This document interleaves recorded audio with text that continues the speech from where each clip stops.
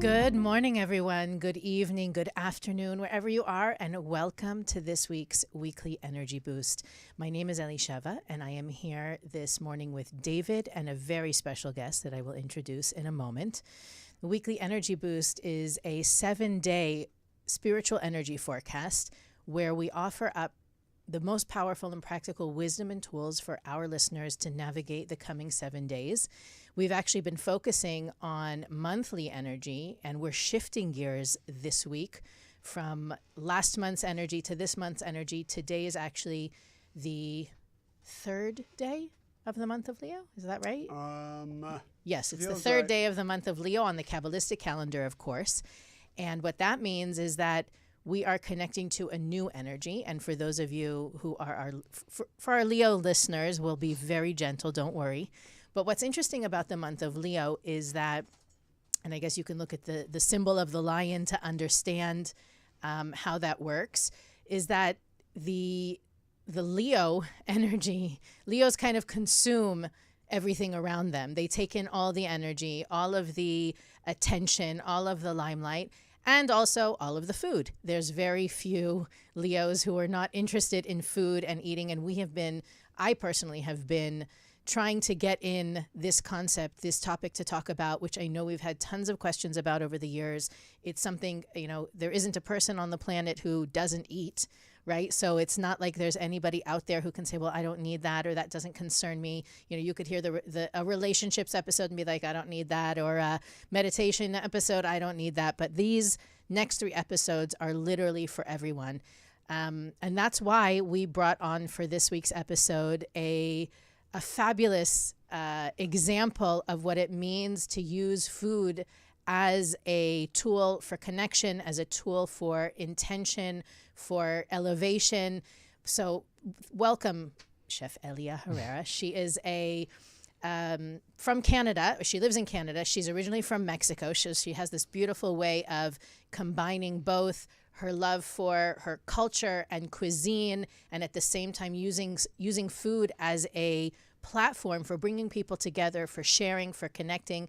And we can't wait to have her input and her presence and her wisdom, because she's also a student of Kabbalah and has somehow, I guess I do it in the closet, but she does it in public, serve people with an elevated consciousness and create an experience that transcends just the gastronomic level. So I am that was powerful. Listen, people know already, if you follow me, I am definitely, my alter ego is a chef. Well, I didn't follow. What do you do in the closet? I cook like I'm a chef. You I cook pretend to be a chef. I'm a closet chef. I'm a public foodie, but a closet chef. So I'm also a fan of Elia and her work, and I'm so excited to have you here. And I'm sure that everybody who's watching is going to be excited to hear from you as well. So A, welcome, and B, tell us about you. I mean, let's hear from you. It's better than and I want all our listeners to know we got good secrets. We all prepared stuff, and we're gonna have Chef Elia, comment on it and share her perspective as well. But secrets that unite the spiritual world with how we eat, our relationship with food, our emotional attachments, and stuff that probably we didn't know and will give us an aha moment. So, and also bear in mind, we're going to do 2 more episodes on the topic with different angles. So if you have questions, first of all, we're going to do also an Instagram live with Elia later in the week. I'll talk about that afterwards, but we'll continue this conversation for the next 2 weeks. So you will have the opportunity to, pardon the pun, digest a lot with us over the next few weeks. So I'm sorry, Elia, take the mic. Hi, everybody. Thank you so much for inviting me to be part of this. As you know, my name is Elia, and I'm from Mexico, and I was a pastry chef for 10 years, and now I'm executive chef, and my specialty is Mexican cuisine, which are my roots. And the reason why I decided to start cooking savory is because my grandmother, she was a chef, and I grew up with her.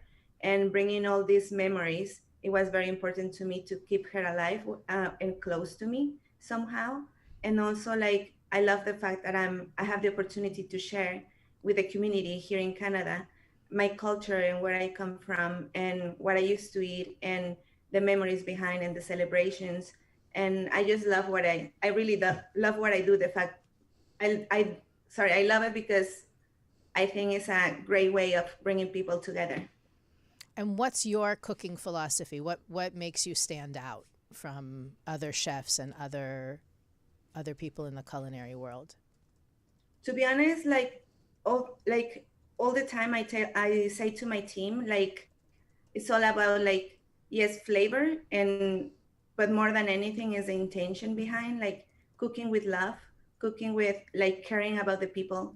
Like, we know, like, we're here doing this, all these amazing dishes, but at the end of the day it's for you to enjoy, for you to create memories, for you to come back and bring more people. But not just that, like, just whenever you leave my restaurant or after you eat my dish, like, you leave with a smile, because it was an intention behind, like, for you to be happy and to just express, like, yourself with your friends and enjoy everything. Beautiful. I thought we'd kick it off with some concepts that I wanted to talk about, and then we can all have a good discussion around it and chime in when you feel like you have wisdom that our audience would appreciate.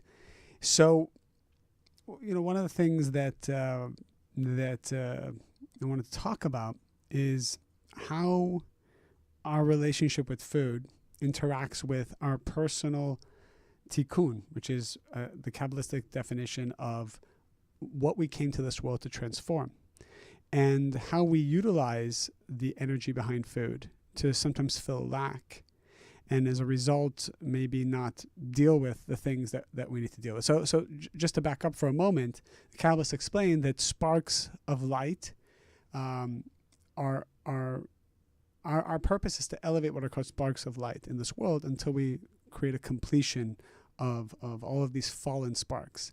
And the way we do that is that these sparks have been captured in 4 different kingdoms, which go from mineral, plant, animal, and the human kingdom, right? So these sparks of light are kind of trapped. Imagine in this encasing, in this shell. We call it in Kabbalah a klipa, a shell. It's like a peel that covers the fruit, and our job is to elevate them. And in the human kingdom, the way we elevate them is through the relationships that we have with each other. When we have a relationship of love and respect and circuitry, those sparks are elevated. And that's why, for example, there are certain people that we interact with, there's certain souls that are born to us in our families, or we have certain siblings. It's all beautifully constructed because those are sparks of light that need to be elevated. So that random person that you met, or maybe a random person that comes to, quote unquote, a random person that comes to your restaurant, or that waiter who waits the table for you, all of that has to do with sparks that need to be elevated. It's not random. It's not by chance.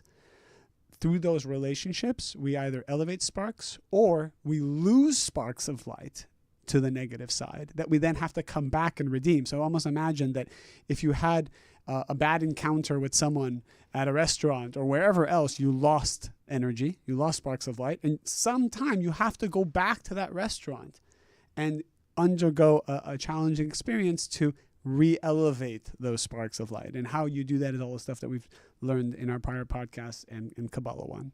And then you go down to the animal, vegetable, and mineral kingdom. So how do you elevate those sparks of light? We can talk about this endlessly. And by the way, cut me off at any moment if you want.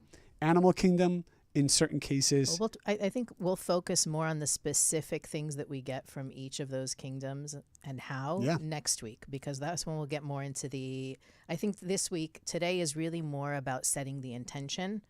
And I think that that's something that, by the way, David probably mentions in every single episode, is that if we're not choosing our consciousness, if we're not injecting consciousness, if we're not assigning something purpose and intention, it is by default reactive. Reactive means something external. Actually, could even be something internal, but I am not in control. Something else is driving my thoughts, my words, and my actions.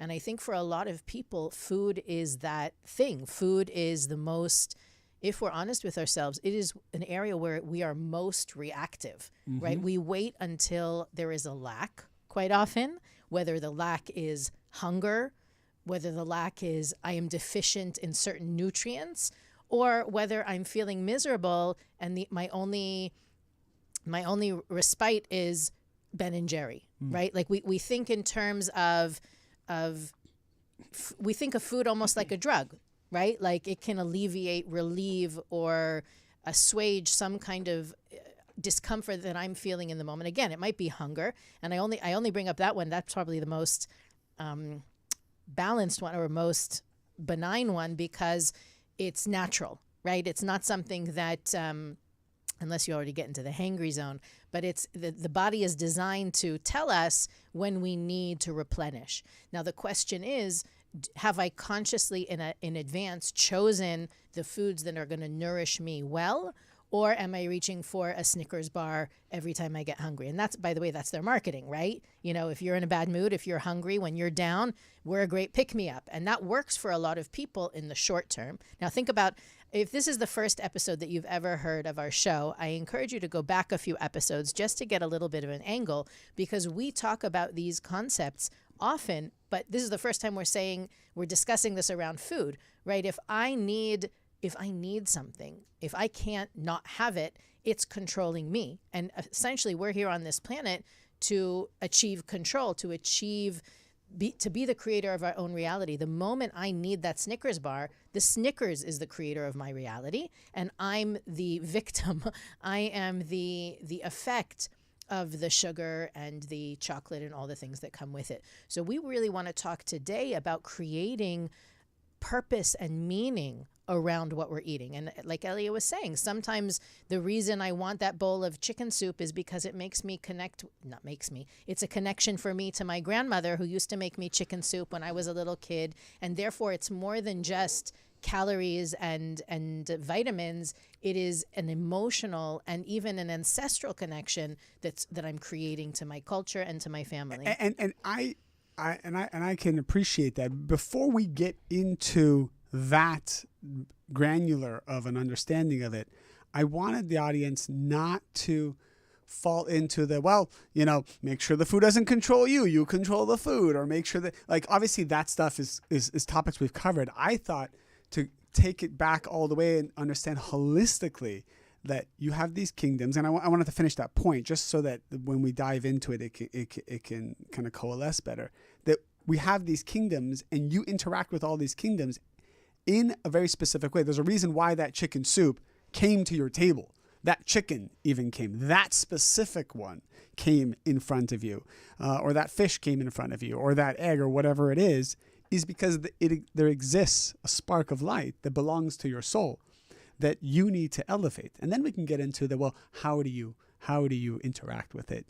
What needs to be your thought consciousness? Everything down to the chewing of your food. I said it in Kabbalah too a couple of weeks ago, and it garnered a laugh, but the truth is, it is the truth. When you go eat, I said when somebody goes and eats like at a restaurant, or you have a sushi, like a spicy tuna in front of you, to think that the way you eat that, there's a spark of light that could actually bring you to your soulmate relationship. It made people laugh, but to realize that's how valuable and powerful these different kingdoms of food are. And sometimes salt, you add salt to a food, the salt is the mineral kingdom, and there are sparks that are being elevated. So there's just so much consciousness around it. And it's not just like, oh, here's salt, here's a spice, here's food. It's so much bigger, and to understand that, to know that, and to appreciate it. You said you wanted to get into it. Oh, that was it? Well, that was the overview, right? That was the overview, and toss in some secrets. Well, I think it's important also to point out that we're not here studying, and I want to hear. I know that Elia this is something that she's very passionate about. We're not here to say exist on grass for the rest of your life, and anytime you want a steak, you're controlled by negativity. The key here, and by the way, this is the key in every spiritual effort that we make, it's not to be one extreme or the other. The Kabbalah teaches that we are on this planet to enjoy. That if we weren't, we'd all be walking around wearing potato sacks and eating gravel, right? There wouldn't be any, what would be the purpose to all of the beautiful colors and textures and foods and experiences in the world? We were created, according to Kabbalah, to enjoy.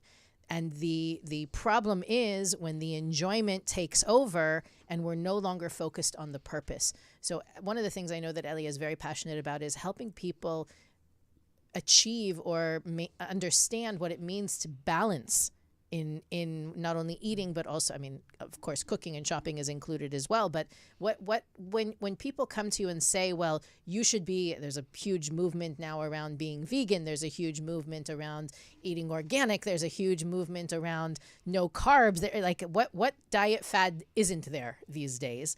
How do you help people understand how important that balance is? Well, all the time, like whenever I express myself, I say like, at the end of the day, why are we limiting ourselves when we came here to be happy and enjoy ourselves? I guess like if we have balance in our diet and we have a better and happy life because we're not abusing either the animal or the plants. It's like, like 3 days a week I eat like meat, and then the other 4 days I eat vegetables. And I think it's fascinating because you can put so much creativity into it and just like enjoy yourself. Like it doesn't have to be so extreme, I believe.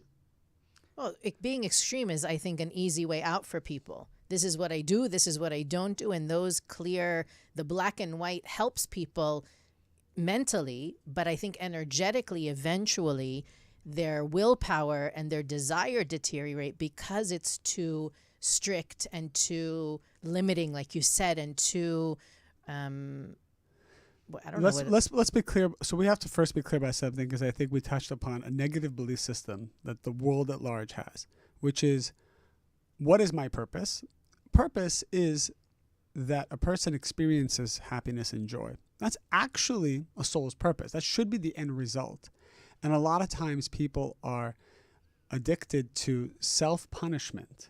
Mm-hmm. And we all collectively have a belief system that there's something wrong with being happy or too happy or enjoying, right? We all kind of get overcome with some reason for guilt. I shouldn't be doing this.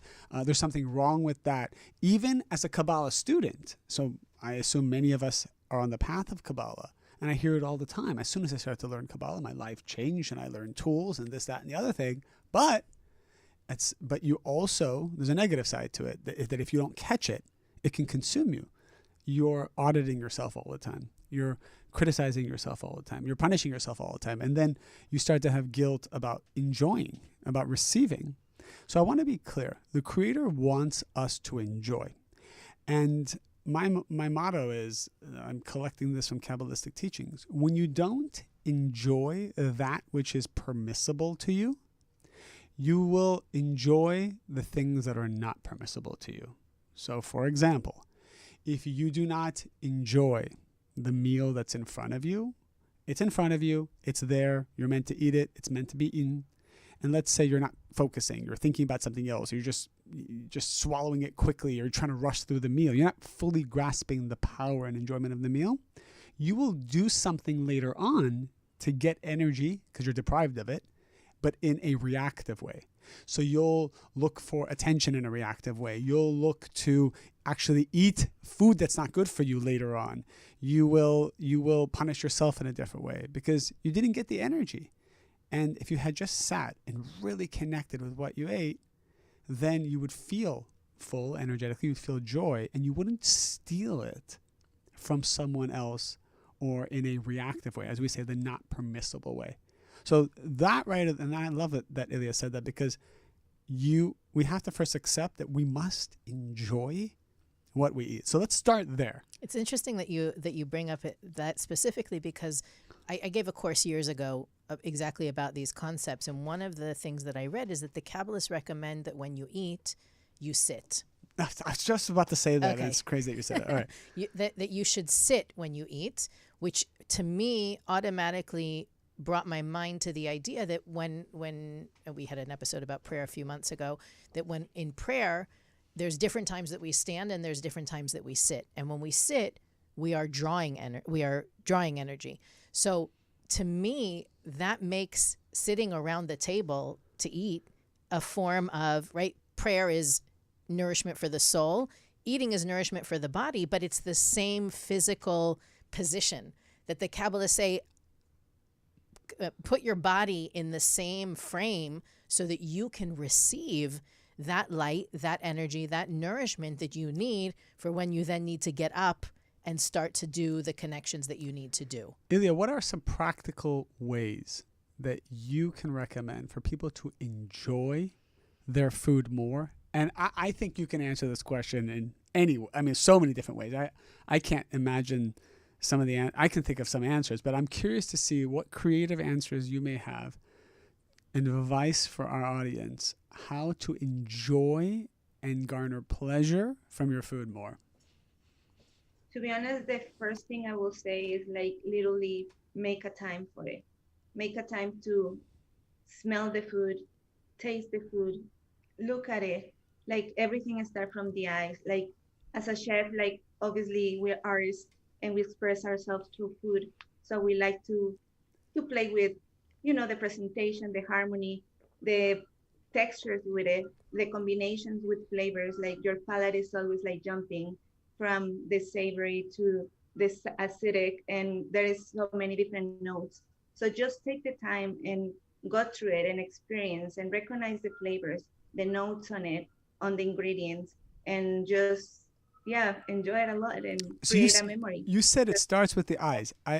We eat with our eyes first. I know. I think that was really valuable because if you really think about it, how many times are you looking at the food? I'm like thinking, wait a minute. You're when invited I eat, to look at my Instagram page, all of every account I follow is. Well, I might be looking at your food on your Instagram page, but how many times when I'm eating am I looking right at the food? And obviously, we know that the eyes it's the light. It's so many different things called the light of wisdom, and it's a gateway. With windows to the soul. Yeah, it's the gateway and windows to the soul. And a person would never even think, well, I should be looking at my food as I'm eating it, as I'm connecting to it. It's kind of a tangent, but it's not. And I'm teaching my 2-year-old to take off his own shoes, and he has he has a therapist also because he has some issues. So the therapist said that the best way to teach him to take off his shoes is he has to look at his shoes, because what he was trying to do was trying to he was like looking up in space and trying to take up his attention was elsewhere, and he was trying to remove the strap and remove the shoe, but he wasn't looking at it. So the therapist said, in order for him to really connect with the process, he must be looking at his shoe as he's trying to take it off. And I found that to be so powerful because as adults, what we're looking at and what we're doing usually are two different things. I saw the study done on people who are addicted to social media, and this guy said something that always stayed in my brain. He said that when you wake up in the morning, there's only one of two things that are happening. You're either checking your social media before you pee or while you pee. I don't know why I laughed at that, but how many of us you're using the restroom right when you wake up, but you're also checking your phone. You're Not shaking me. your no. Besides Elisheva, Everybody but me. I don't even know why I'm bringing that example in. I probably just wanted to make people laugh and kind of break it up with a little bit of humor. But we're usually doing one thing, but the thing that we're doing is not the thing that we're looking at and not paying attention to. Well, also in that gathering around the table, whether you're in prayer or you're in a meal, you're allowing the energy to integrate into yourself. Mm-hmm. And that's really, I think, important when we're talking today about taking our food consumption to the next level. We're not talking here about being saints. We're not talking here about abstention. We're not talking here about nothing. I hope no one ever gets any impression from listening to our shows that we're here to be extremely anything. Right. The balance is the key here. So if I can, when I'm eating, take that moment, make the visual connection, appreciate the effort, whether it's someone you know that made the food, whether it's someone that you don't know that made the food, to appreciate to me, it's like alchemy. A great meal is like magical. And that the realization that it's really up to us what we get from it. I think that to me is one of the most powerful principles. You may have a favorite restaurant or a favorite cuisine or, a favorite flavor of ice cream. There is a reason you have that, right? It's not just because you like the way it tastes or you like the vibe. What David was saying before about elevating sparks, there is a reason that you are mindlessly connected to those things. And today we're talking about how to bring more mindfulness to those experiences. What else can you share with us Elia, about the process of enjoying, connecting, extracting the sparks of light from food based on your experience? It's also nice when, I mean, based on in my restaurant, like when the server comes and explain where you eating comes from, like where the animal was raised and where the vegetables were also bring from. Like it's nice to know all this hard work behind before it becomes your dish. So Mm, I really appreciate that, and it creates even more like a better experience because I know where everything comes from, how everything was treated, and then how everything was transformed in my plate for me to enjoy and have an amazing experience. that's beautiful. I like something therapeutic for me is I like to go to the grocery store. It's just this odd thing that I do. Just put on my headphones and go to the grocery store. And I realize that probably whatever I pick up, the packaging will say, at least with fruits and vegetables, where it's from. And it's true because if I went to a restaurant and it said salad, I'd be like, okay. But if it said salad made with cucumbers from this place or tomatoes from that place, that's first, it's great marketing because right away you think, wow, well, it's from this place. Not that you think that this place even means anything to you, but it's very powerful. Like, wow, I'm connecting to that place. I'm connecting to this. You know, sometimes they say, oh, we flew this fish in from the Norwegian. I'm like, oh, that's cool. You did that. I mean, otherwise, I didn't really think about it. So knowing the origin of something is also helping you connect to its seed level, its culture, its energy, its consciousness, and help you have a deeper connection with it. We spoke a few months ago about the idea that, you go shopping at a store and you see a sweater that you like and you buy it. Kabbalistically speaking, there is energy in that sweater. That sweater called you, spiritually speaking, not that you noticed the sweater, which I think is we could talk endlessly about that as well. So in the same way, the food is calling you. Like you're looking at that gorgeous green apple and you think, wow, I never noticed it before. There is a reason you noticed it that day, and or maybe you're sitting at a restaurant and that piece of fish came to your plate, like David said. There's a reason there. It's there to help you with your spiritual growth. That's right. That's right. And I think that to me, even when I was young before studying Kabbalah, one of my favorite books and movies was called, in English, it's called Like Water for Chocolate. In Spanish, it's Como Agua para Chocolate.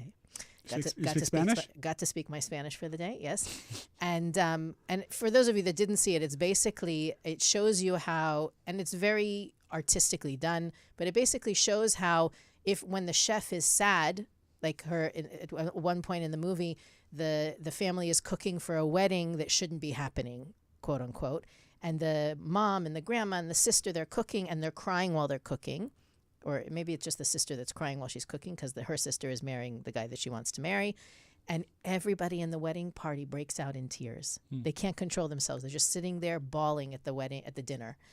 And one of the things that I have seen work firsthand, and people are saying, can you give us tips? Can you give us tips? By the way, the book is always better than the movie. And the book has the recipes of that they cook in the movie, just FYI.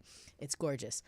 So the idea that our state, our energy is transferred into the food, I think is such an important conversation. Maybe in that movie or the book, it's a little bit exaggerated, but it has merit. And I have done, I don't know if I ever shared it on the show before, but I had a student who, when she started to learn Kabbalah and she learned about the different tools, one of the tools we've spoken about before is the 72 Names of God, which is a meditative tool.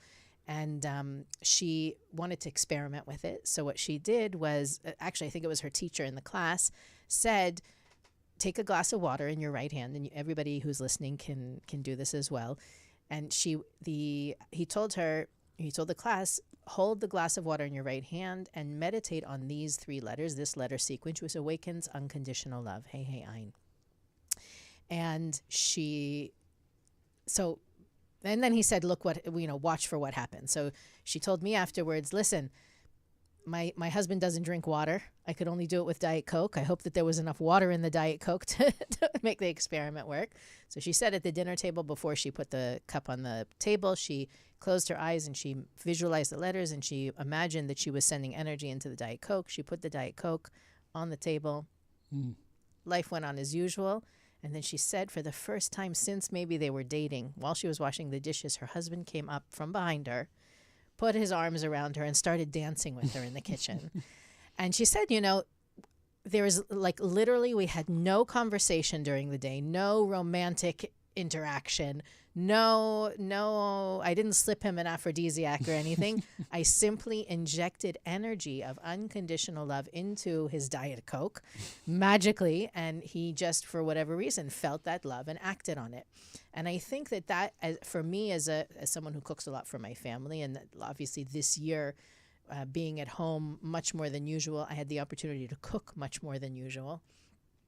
Watching how my intention and my energy around when I'm cooking, right? When I'm trying to cook quickly and just get the food out on the table, there is a very different energy. And it's not only the energy at the meal itself, it's the energy in general afterwards, right? When someone doesn't like what they're eating, or they're eating it because it's leftover, or they're eating it because they want cookies for dessert, and if they don't eat what they're eating, they're not going to get it. It's a very different energy than when you put your hands in the food. You really act as a channel for a certain kind of energy, how very healing and transformative it can be. And I want our listeners to know whether it's using the Kabbalistic tools, even just thinking about how much you love them, how much you want them to be healthy, or how much, Elia, I'm sure you have much more experience with this than I do, at least on a bigger scale. How do you use the power of intention and meditation and consciousness when you're behind the scenes in the kitchen? I like to basically whenever I'm prepping or whenever I'm cooking with my team, is just have harmony. Because at the end, that's what I want to project, happiness and enjoyment. So just being respectful to the person that we're cooking with, and also respectful to each other, and having a nice atmosphere, and work collaborate together in a very positive way. I wanted to add, because as you were saying something, it keeps bringing inspiration into my mind, that a lot of people, and I see this written in the chat, the whole beating myself up or being hard on myself about what I eat, how I eat, when I eat. And we have to say it. We say it almost in every show. There is no light that is revealed, and there is never a suggestion, even spiritually, to do so, to be hard on ourselves. In fact, it does not accomplish anything positive. We do so because we think erroneously that it is connecting us to the light of the Creator in some way. Otherwise, we wouldn't do it. But for the record, there is nothing about being hard on ourselves that is a positive for the soul, for us to build our relationships that benefit our kids, make us more money. Nothing. There's zero. Now, one of the life hacks that I was taught early on in my relationship around food, in my relationship with my wife around food, is I depriving yourself, and studies show this, depriving yourself of the things you enjoy. Study after study shows this. The starvation technique always backfires in a worse way, right? So if I did a 7-day cleanse of any kind, where I'm depriving myself of something that I'm enjoying, what's happening is the bounce back after those 7 days will be very reactive. So anything that is depriving you, you need to know that at some point, the intention there is what? The intention there is it's not healing. It's not necessarily suffering. It's something that I'm doing. It's almost like a punishment. So the bounce back will be something that will be negative and will be reactive. The way I was taught to have a healthy lifestyle is to once in a while include what we call a recreational meal, where I'm eating whatever it is that I feel. Maybe it's that thing I loved growing up as a kid. Maybe it's that Kit Kat bar. Maybe whatever it is. We all have these things that give us a lot of pleasure. I was at a business meeting and I saw the Nerds. You remember Nerds? I do. I saw this box of Nerds. And all the memories started flooding back. I said, I haven't seen Nerds in decades. And I grabbed the box, and my wife was there. She was smiling at me, and what? It's just pure sugar. And I said, "Look, I'm gonna eat these Nerds, and I'm going to just chew it. So I'm going to enjoy every bit of it, even though it has zero nutritional value. And all it's going to do is be not good for me. But I took those nerds in. I had so much joy. I mean, I took the whole box. I mean, I have important people are looking at me, talking at me, and you have to see, I was just eating nerd. I was like, I did the thing with my box. I'm like tapping the box like this. It looked ridiculous. And so mature. But it looked so immature. It looked like my 3-year-old was doing it. And everybody was kind of like smiling and laughing because they were enjoying watching me enjoy. And I think I enjoyed it so much that it didn't even make my blood sugar spike. I think when you enjoy something so much, the light of the creator like encoats your esophagus, your duodenum, your colon, and it just goes down this channel. Weekly digestion discussion. Goes into this channel where it's like manna. But you have to truly enjoy it. Now, if you have a little guilt, a little whatever, or shame, then it starts to hit the blood sugar. Then it starts to feed the tumors and all that stuff. So if you can get to a place that you really, really love it, there's a protection there. Now, obviously, if you're doing it all the time and it's a reactive and you're leaning on it, then we have another issue. But once in a while, to have a recreational snack or meal. And then the other life hack I was told is never have 2 recreational meals back to back. And there's a lot of reasons why physically that's not a good idea. But so this was the advice that I was given. Have one once in a while. Feed that part of yourself, but enjoy it. Chew it really well. We had a show about this, right? Where we chew it till it's liquid. We chew it. It's a form of restriction. Also, the saliva alkalines, whatever it is, that's causing it to be acidic, which is also a problem. So that's another life hack. And meditate on it. Look at it. Connect with it. Connect to its origins. I love it. No more beating ourselves up around food. This is a huge secret. We're not secreting those stress hormones that are actually those are the things that are really causing us to gain weight and be unhealthy. Well, I'm sure not everybody, but a lot of people who are listening are just being made conscious that they use their food as a weapon or a reward for themselves. That's not something that everybody is conscious of. And if you reflect, you look at, and I think for a lot of us, for a lot of people, it comes from their upbringing, that maybe their parents were very conscious of how they look. So that trickled down to the kids thinking about food as either a reward or a punishment. This is how we eat a certain way. And when we're good, we get a reward. That might not even be something that's in your conscious mind, that you realize that you behave and then you cut loose. And I've read different studies as well on I know a lot of our listeners are outside of the U.S., but one of the issues, obviously obesity is a huge issue in the U.S., and there was a study that was done on people in the U.S. and people in France, that people in France actually consume per diem more calories, but are more healthy because they're enjoying it. Oh, that's so good. That they actually, Did everybody hear that? Say it one more time, because I think that the French, on average, consume more calories in a day than Americans, but they are healthier, they're more fit, and the conclusion was because of how they use food as a celebration, as a way to connect with one another, that it's an event in the house. It's not something that you do.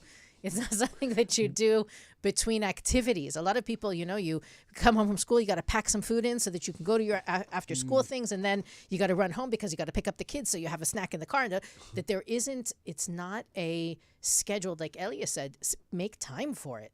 It needs to be as important as the meeting, as being at school, as having a bedtime routine, having our meals being etched into the framework of our life is not just as important. It's probably more important than a lot of the rituals and habits we have that aren't really healthy for us. The homework this week should be that we all go out and enjoy something that we would really love to eat, and to apply this consciousness and take our time with it and have a relationship with it and celebrate it. I love that word. Celebrate it.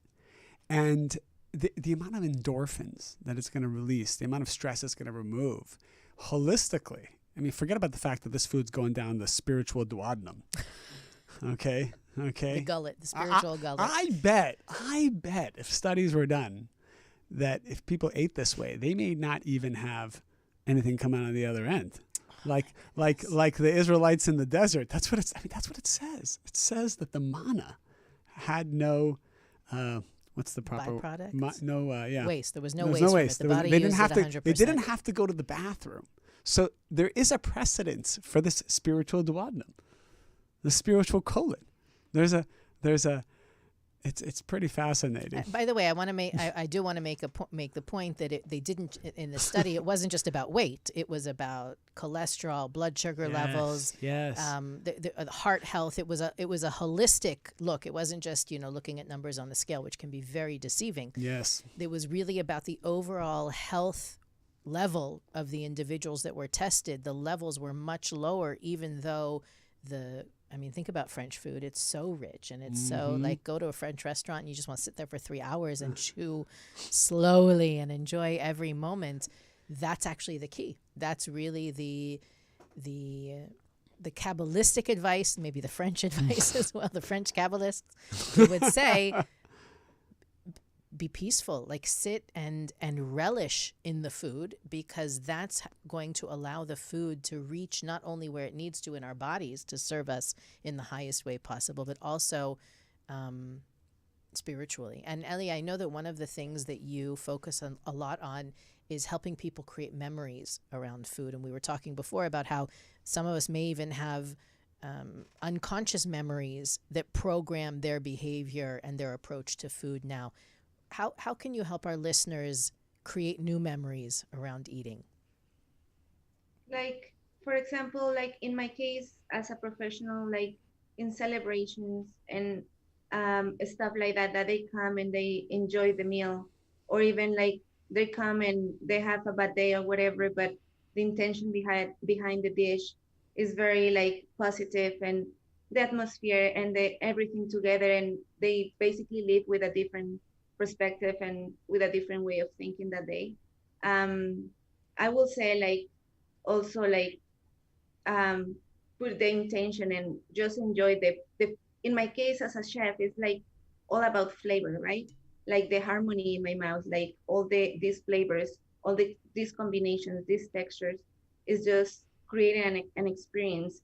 So whenever you go to this place and you bring that memory and you connect to wherever you have that experience. I think also we don't realize that we have soul memories around food. I know that for me personally, I have unexplainable connections. And we know that whenever you have a memory, even a fear that's unexplainable, the Kabbalists would attribute that to previous lifetimes. I can tell you, I have absolutely had previous lifetimes in certain countries where I'm just naturally connected to the culture, to the language, to the cuisine. And that's something else to think about as well.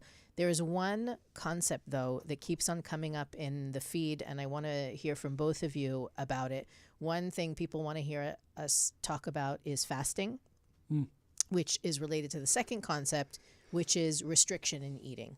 Right? It's one thing to have a scoop of ice cream. It's another thing to have 2 tubs of ice cream. Okay. And how does one strengthen?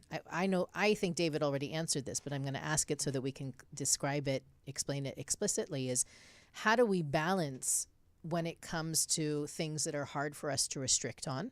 Meaning, Kabbalistically, we know restriction is the act of resisting the impulsive desires, the impulsive need to grab energy in a certain form, and finding another way to get it, right? It's not repression. Repression is resisting the desire. Restriction is resisting the desire, but finding another way to fulfill it.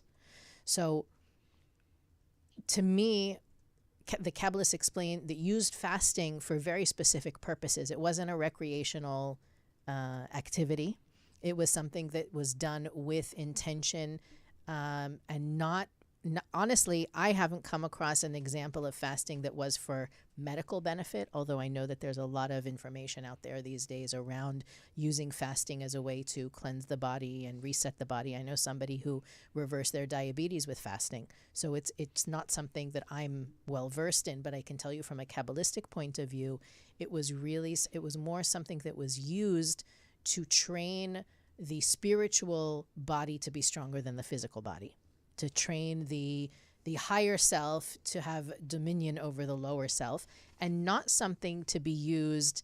I think that people use either restricting, or they call it restricting, it's really repression, not eating for periods of time as a form of punishment. They look at it as a way to suffer for the sake of revealing light, which doesn't always work that way. And I think also part of when I said David answered it before, David talked about enjoying, allowing ourselves, giving ourselves permission to enjoy the food, to savor what we're consuming. And at the same time, and I read a diet book years ago called The Carbohydrate Addict's Diet. I don't know if we're allowed to say that on the air. It's a fabulous book, lost tons of weight. And the premise was you cannot not eat what you want. You just have to be more mindful about when you eat it. Mm-hmm. So you were really good. You behaved all day. And then you picked 1 hour of the day where you were allowed to eat whatever you wanted. Think about that for a second. 1 hour a day where you could eat whatever you wanted, as long as during the rest of the day you didn't exceed a certain amount of carb consumption. And by the way, I'm assuming you don't want to talk about this now because we're over. We're not over because we started way late. You want to get into fasting now in the last No. 2 minutes of the show? I want to talk about restriction because we're talking about purposeful eating. All right, hit it. That's hit all. it. Hit it. I think we have 2 minutes, but hit it. I've been hitting it, and you're going to have to hit it in a second. The point being that restriction works when it's done with intention and when you have enough energy to do it. Mm-hmm. That's my point, that a human being, and that's what we share about this in our classes, about the marshmallow test, that the famous Stanford experiment I think it was in the 60s, where they gave kids, there's that sound again. They gave kids a marshmallow, and they said, if you cannot eat that marshmallow, in 10 minutes, we'll come back and give you a second marshmallow. Yeah, it's famous. And they used that. They stayed in touch with those kids over 30, 40 years, and how they performed in that test was a predictor of their long-term success in terms of relationships, how many degrees they got. And it was really about the ability to delay gratification. But the point is, it's delay. It's not avoid, eliminate, destroy. We are here to enjoy. Do not forget that.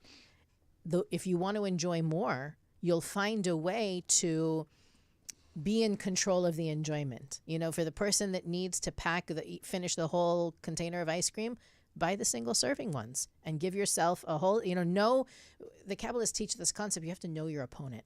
Everybody has a unique opponent. If you don't know your opponent, you're not going to be able to win. The same way that before the Super Bowl, the two opposing teams watch film reel after film, or recording after recording of their opponent, so they can understand their plays and their tactics and their strategies. The same is with us. We've got to know where that Achilles heel is so that we can prevent ourselves from even touching it.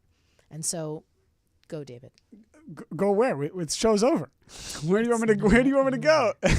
We have 1 minute. 1 minute. Dangle a carrot for next week's episode. And then so that's what I had a lot written down here that I know we're going to get into next week's show, but I do want to discuss. So we'll do a little cliffhanger here. Okay. I do want to discuss how we say eating bad food versus good food is actually spiritually a problem. So when we start to label good food or bad food, so much so as Kabbalists say that if you have clothes on the ground and you step on it, it spiritually messes with your energy and your aura and your protection. So a lot of very powerful secrets there around how we label food, and that goes into the relationship we have with food. I will also say, as a cliffhanger, having negative associations with food can lead to, and the studies have shown this, anxiety, guilt, and then how people compensate for that. So they start skipping meals. they start eating a lot less or eating more, or they try to work out more. All of that stuff becomes reactive. Forget about the fact that there's eating disorders that are spawned from that. I thought it was interesting. I was going to talk about how we have like 60,000 thoughts a day. The studies have showed we have about 60,000 thoughts a day, and we don't really have space for negative thoughts around even food, and something I just want to talk about.